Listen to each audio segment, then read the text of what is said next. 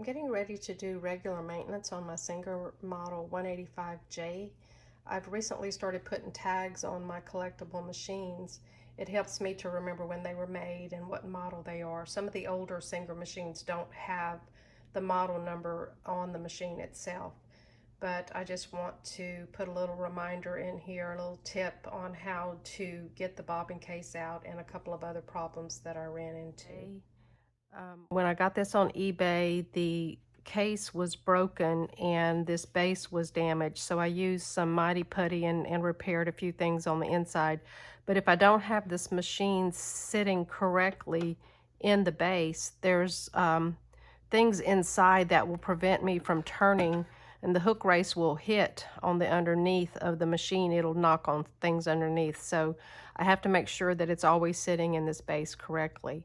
And just a reminder of how to get the bobbin case out. You don't need any tools. You just lift up on this little bar and take it out of that little groove that it's sitting in and move it out to the side, and that will release the bobbin case so that you can get in there and clean. And I'm trying to stay out of the way of the camera, but this bobbin case just lifts right out. So now I can get in there and clean and oil and things like that that I need to do to maintain this machine. Okay, this is the inside of the base of the machine that I repaired. The top cover was completely cracked. The way the shipper did it, they just stuck the whole thing in the mail. They just put some tape around the case and expected it to be shipped without damage, and evidently it went on a conveyor belt, got knocked around, so the complete outer case was damaged.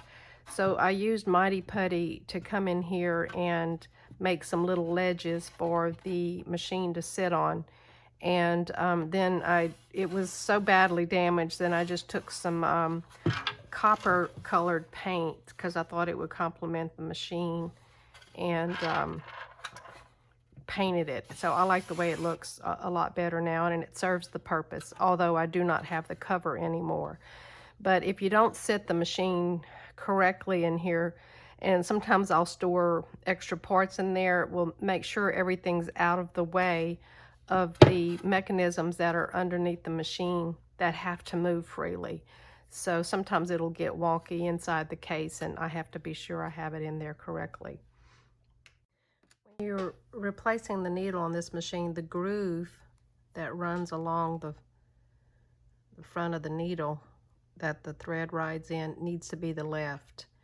So the hint here is where all the guides are. They're all on the left side of the machine. They're not on the front. So that tells you that the needle thread goes in from left to right. So the thread always runs along that deep groove along the length of the needle. It's right there. I can run my fingernail on it.